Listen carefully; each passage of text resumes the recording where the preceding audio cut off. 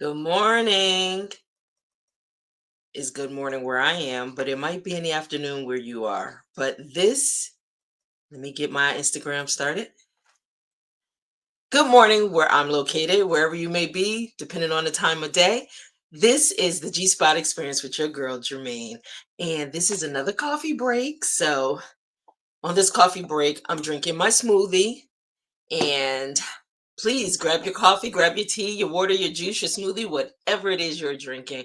And I want to talk to you. Today's brew will be about what's in your hands. What's in your hands?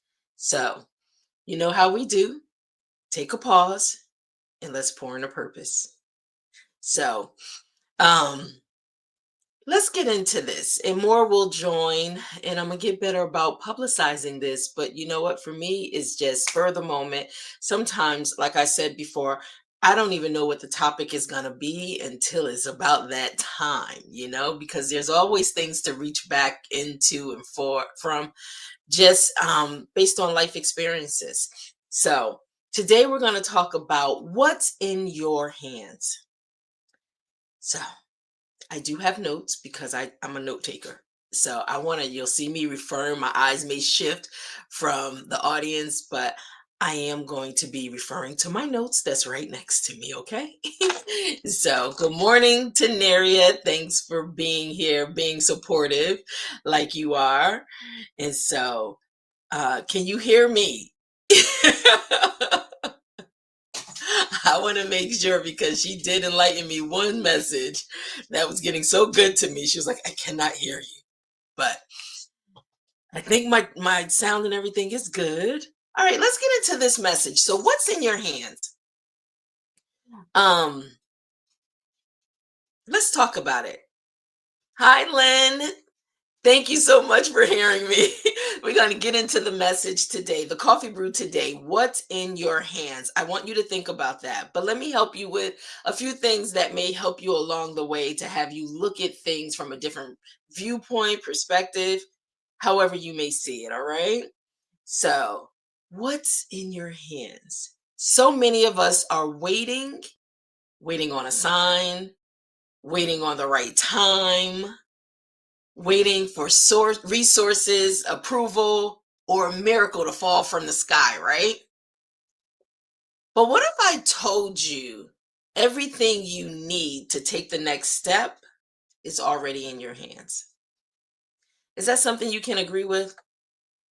That it's already in your hands, or sometimes we would say, you know what, it's already in you. And most people may think, well, how do I get to it? Okay, let's kind of dive a little more into this. Okay. So, the story you've lived through, that becomes your testimony, right? Even I've heard the statement is not something I coined, but you may have heard it also. Your mess becomes your ministry. Your story is your testimony. Things that you have gone through. And sometimes people may want to, brush it under the rug. They don't want anybody to know. They may be embarrassed behind it. It may be too painful to relive it. But if you were able if you were ever able to really think about it, or have someone that can help guide you through it, to give you the power, or to help you to take the power in that story regardless of the pain that it may have caused, then you may find that that is something that's in your hands that you can take and build on, right? And so let me go a little further into this. So I want to challenge your perspective in this. I want you to stop looking around. I want you to start looking within. Just like I said, if there's anything you've gone through, there's a big trial going on right now with Diddy, and a lot of people have been hurt. Lives have been changed behind all of this. And so, with that being said, most times they don't want to share it, they want to hide it. It's too painful to talk about, you know. Um, but some people may discover in all the pain that they've gone through, they discover their true purpose. And it's unfortunate that they may have had to go through something so dark or whatever it may have been, but out of it, out of those ashes, they say a phoenix will rise. So out of those ashes, the beauty of them being able to take the power of what they've gone through and be able to share it and be a blessing to someone else in the world. Everyone is different, everyone has their own story, everyone's going to process differently, but um it's just really thinking about what is in my hands. What do I possess? What have I gone through? Let me get a little further into the conversation to really make you think about some things. So, once again, I want to tell you, stop looking around everywhere and definitely don't get caught up looking at the lives of others. What's for them is for them, and what's for you is for you, right? So we can get so caught up and try to, I don't know, maybe get an understanding of why someone else is doing so well. And in the case of what's going on right now in the media, that's probably how a lot of people looked. People ascending to the heights, people having all the money, the fame, the fortune, and it looks so glamorous and so appealing. But nobody was really looking at the dark side of it. The people that were affected by it, that were wearing masks through it all. A part of it hits home for me because, early in the 90s, I was around starting, getting my start in the music industry and management, working with artists, and encountered someone that started out with the Bad Boy Entertainment family early on. And I ended up dating him for like 4 years. And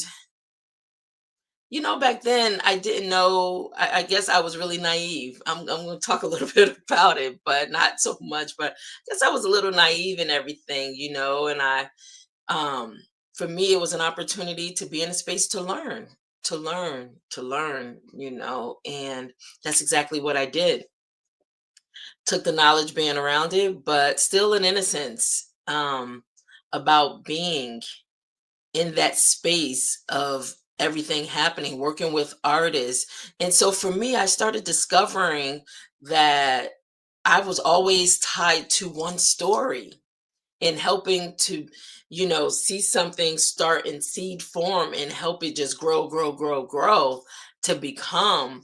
And so when I think about it, looking at what was in my hands early on, I'm talking about way back in the 90s after graduating college and actually being exposed and coming into the music industry, and then being around a lot of things that were happening. I looked at it as being in training, learning the business, and that's exactly what I did. I was like a sponge soaking it all up. I didn't know it would really catapult me to being where I am today, running my own business after 17 years in this space of publishing centered around people's stories.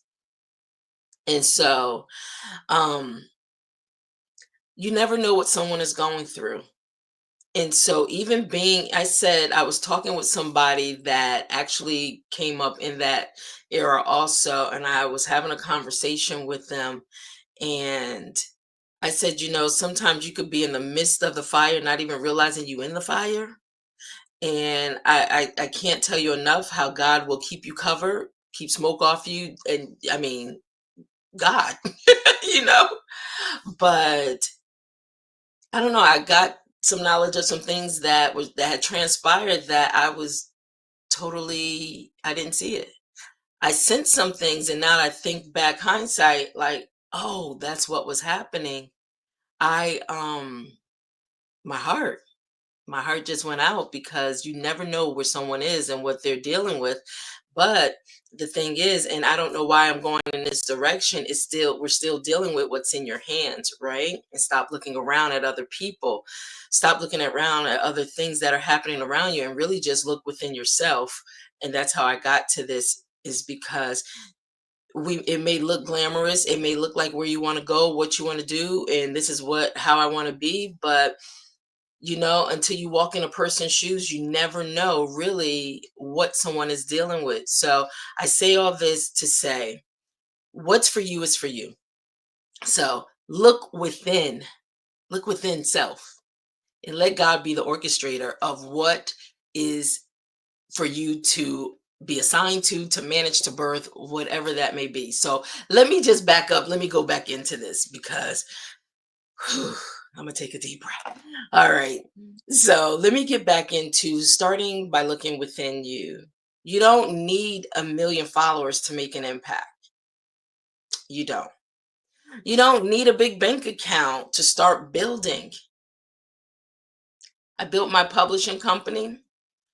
Um, I think initially off of $500 to get all the registrations in place, but because it was built on relationships, it was built on having, the creativity and the things that I had learned along my journey that I can now use into helping someone else birth their vision.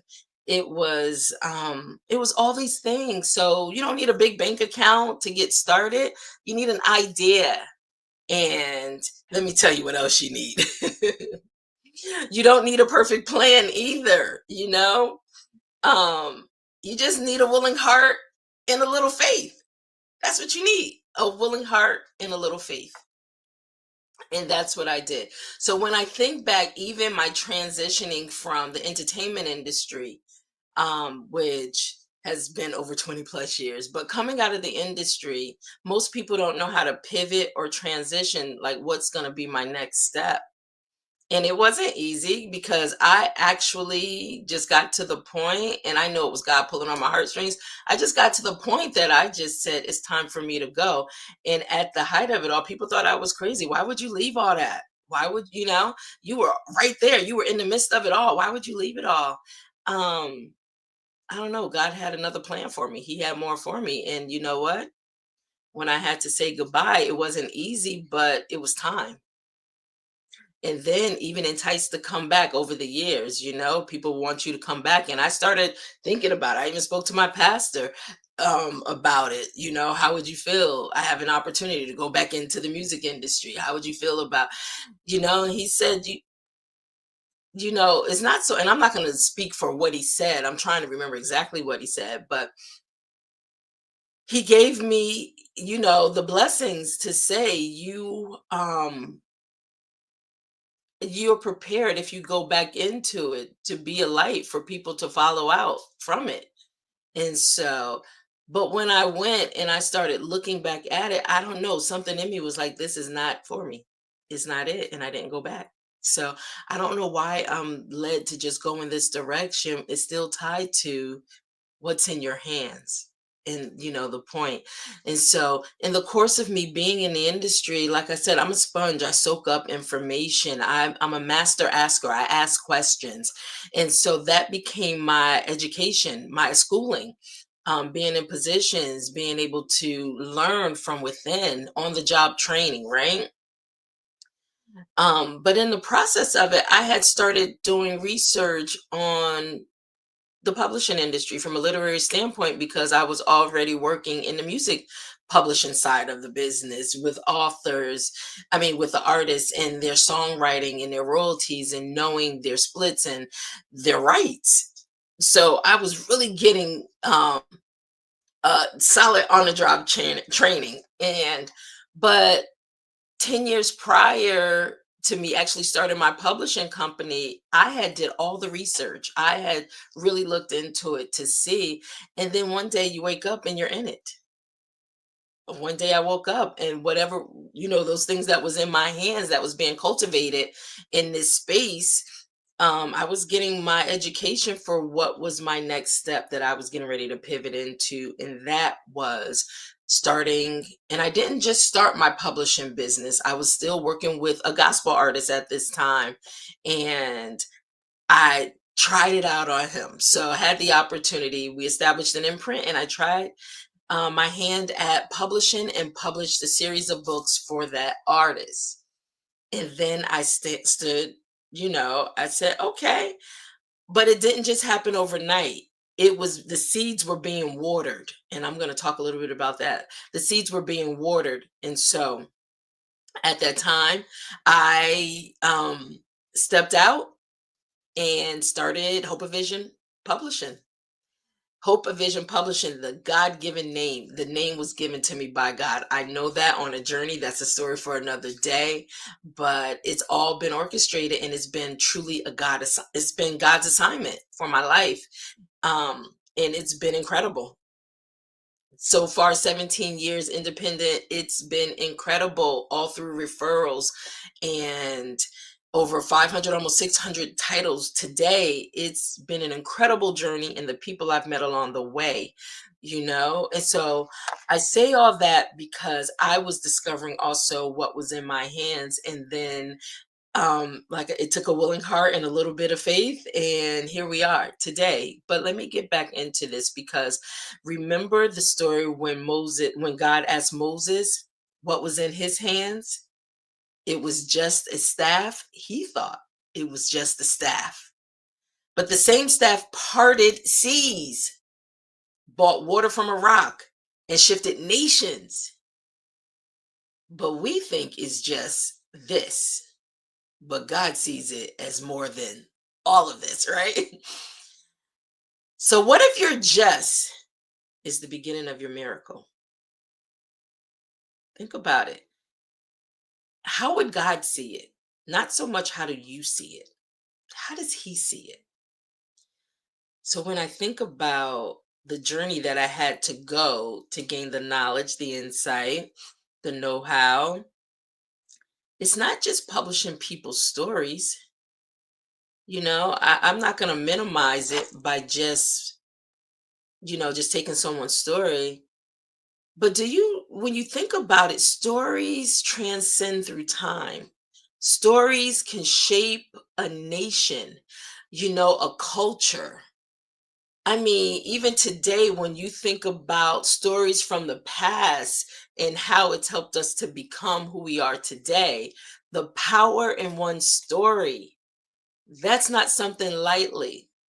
And so I recall a prophet speaking to me years ago about being a scribe, and at first my company was new. I don't even know if I was really into the company, Hope of Vision, but that always stuck with me, just being a scribe, being able to tell the stories. So, what is in your hands? What's in your hands? Don't wait for the big bang in the sky. Sometimes it's the little subtle things. Let me give you this. Maybe this might help. So, if you already have the seed, right? Now it's time to water it. Remember, it's already in you. It's already in your hands. Now it's time to water it with intention, action, and belief. So, I want you to let this be your reminder today. Don't sleep on what you've been given. Don't gift Your gift isn't random. Your purpose isn't accidental. It's divine. Yeah, it's divine. So I want you to really think on these things. I really want you to take a moment. Um, and don't wait on a sign. Like I said, you're not waiting that it's the right time, in order for you to execute. It's literally coming into an alignment and making sure you're able to hear as you're going through, and you're being able to cultivate, and get that seed water that's within you. And when the time comes, you'll know it's time. It's time. So I hope this has been really helpful for me. I don't know, just a revisit, what's in your hands, knowing that you don't have to look outside to others. It's already in you. He's in you. It's already in you. And for those that are on a journey of discovering, I admonish you to seek out the very source of your being. because he will give you everything you need when times get hard. And right now, we are coming into times that may be challenging and hard. But always, always remember, as a people, we have been at the forefront of a lot of things, from math, science, just intelligence, and but when people want to rob you of that, that you are nothing and less than, remember, go to the source.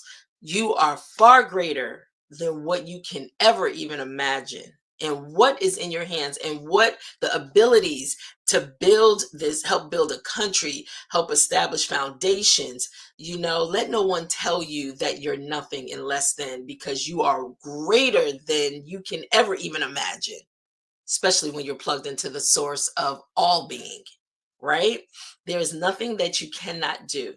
So, really take time to discover on your journey what is truly in your hands, and how would that show up in your life as part of your being, your purpose. And I don't know. I want to leave this. I want you to really ponder. I really want you to take a moment and, like I said, pause so you can pour in a purpose. And if you're someone in search of your purpose, um, you know, being in search of your purpose, I want you to really think about. Let me read this to you again that I read earlier. The story you've lived through, that's your testimony. And it can be life changing for you and for others, especially for others. The passion you've been sitting on, that's your purpose. That thing is not about money. It's almost like you can't breathe without having it.